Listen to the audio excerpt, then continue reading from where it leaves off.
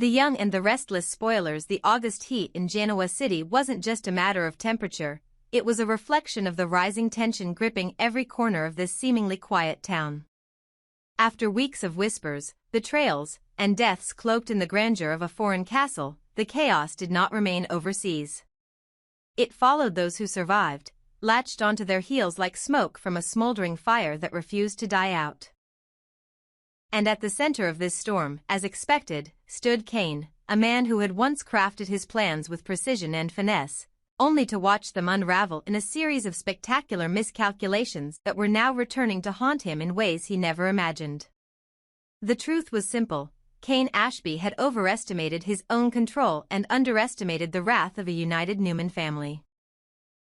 What began as a secluded and manipulative orchestration to divide, conquer, and reclaim power in a setting far removed from Genoa City had now backfired.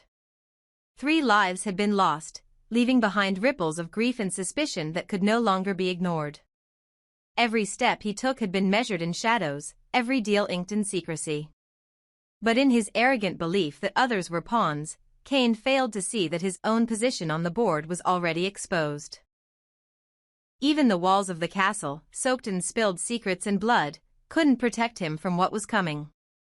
Victor had warned him early, calmly, with that cold edge in his voice that sliced through pleasantries. "Stay away from my family."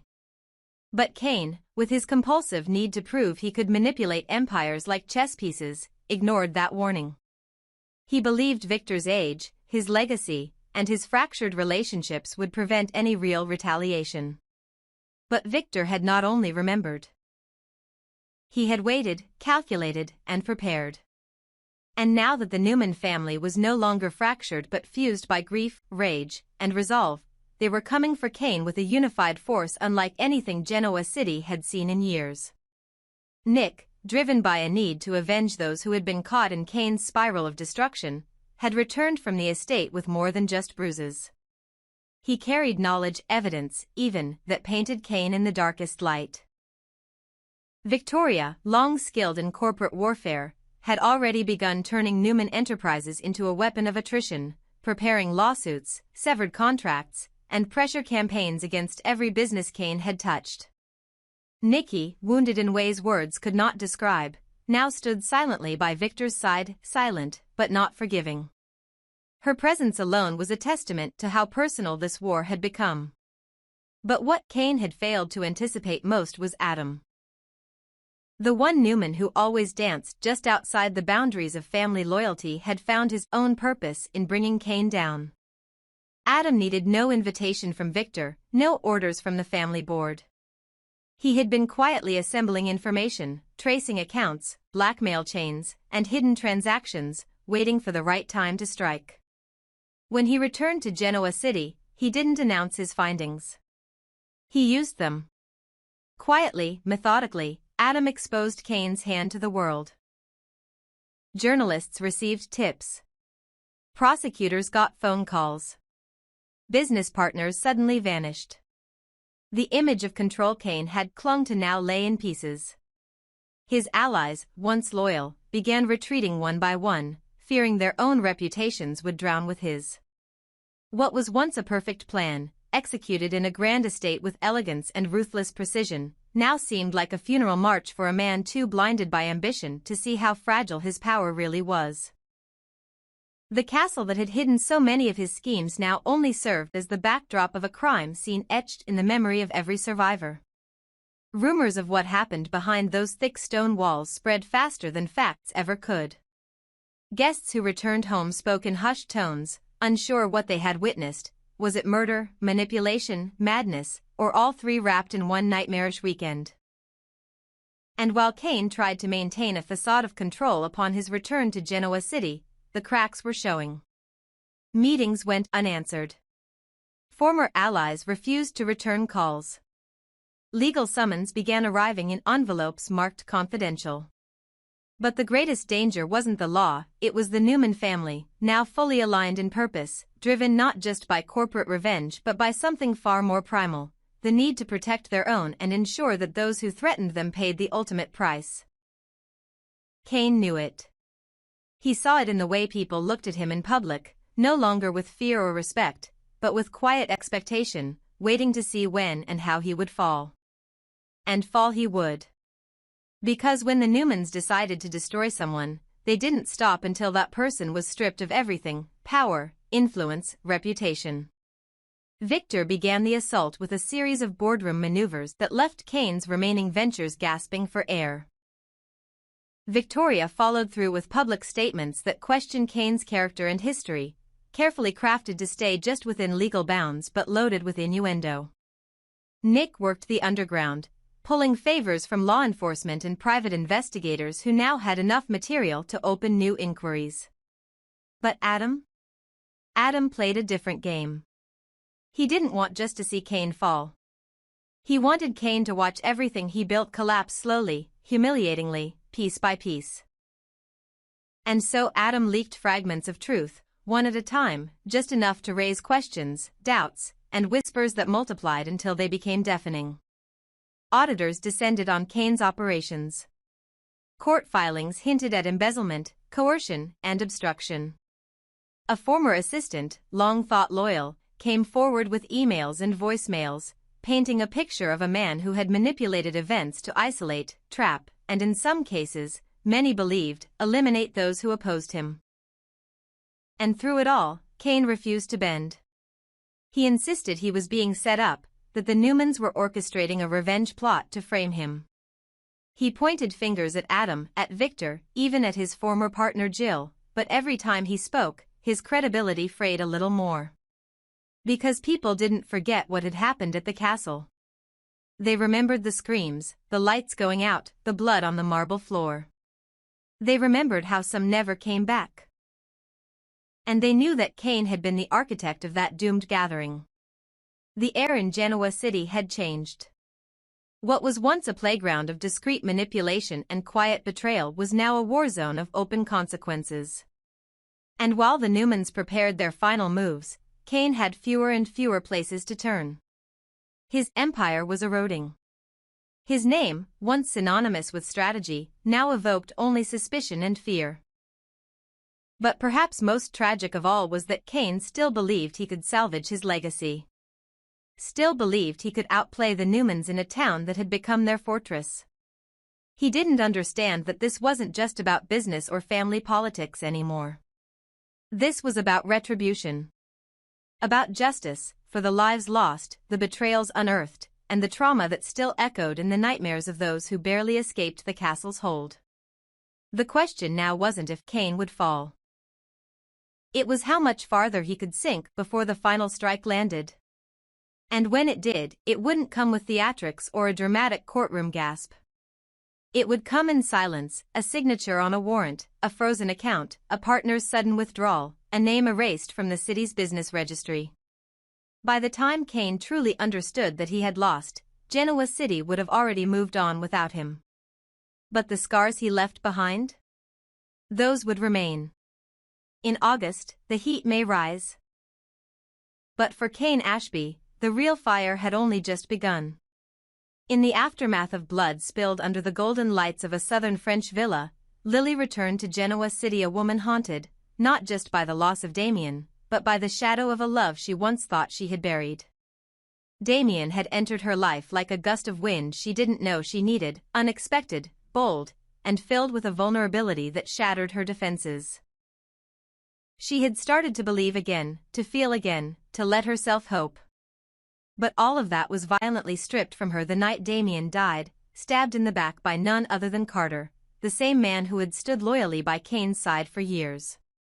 The betrayal was layered, tangled in a web of past and present, and Lily was left to pick up the pieces not only of her broken heart but of her sense of trust in the world she once knew. What made it worse was the question she could never stop asking. Had Cain known? Had he orchestrated Damien's death? Or had he simply let it happen? The silence surrounding the truth screamed louder than any confession.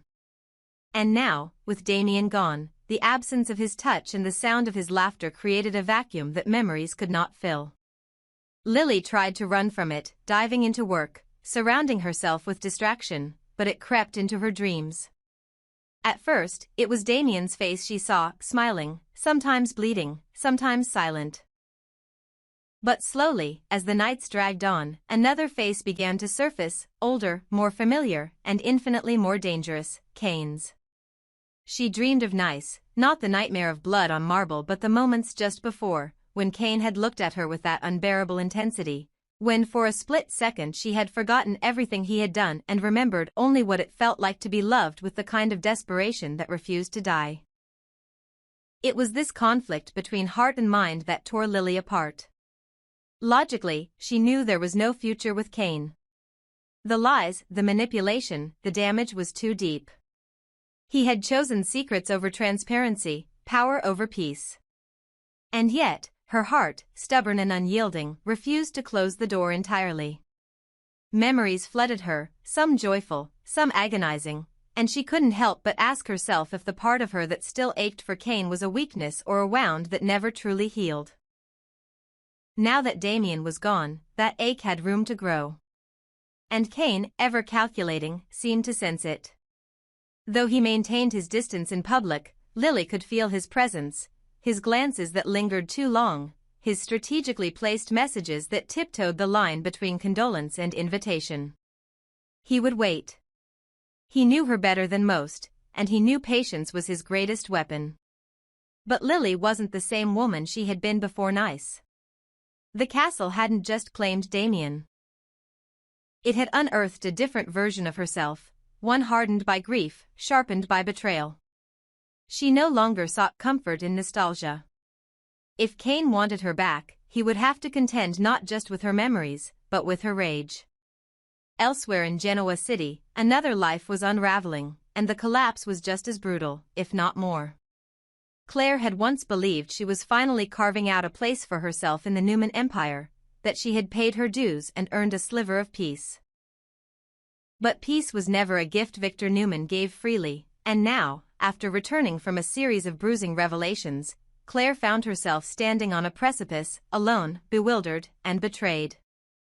Her world had already been shaken when she learned of her origins, when she was forced to navigate the treacherous waters of family politics and power struggles. But nothing prepared her for the growing suspicion that the man she trusted, Kyle, had been keeping secrets from her. She had seen the glances, the hesitation, the shift in his voice whenever Victor's name came up. And then came the moment she had dreaded, Victor's fury, quiet but unrelenting, aimed at her like a loaded gun.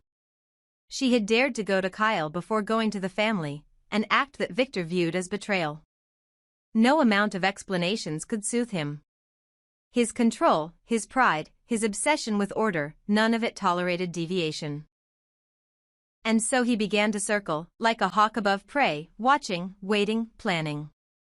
Claire asked Kyle about the agreement he had made with Victor. She needed the truth, a piece of solid ground to stand on.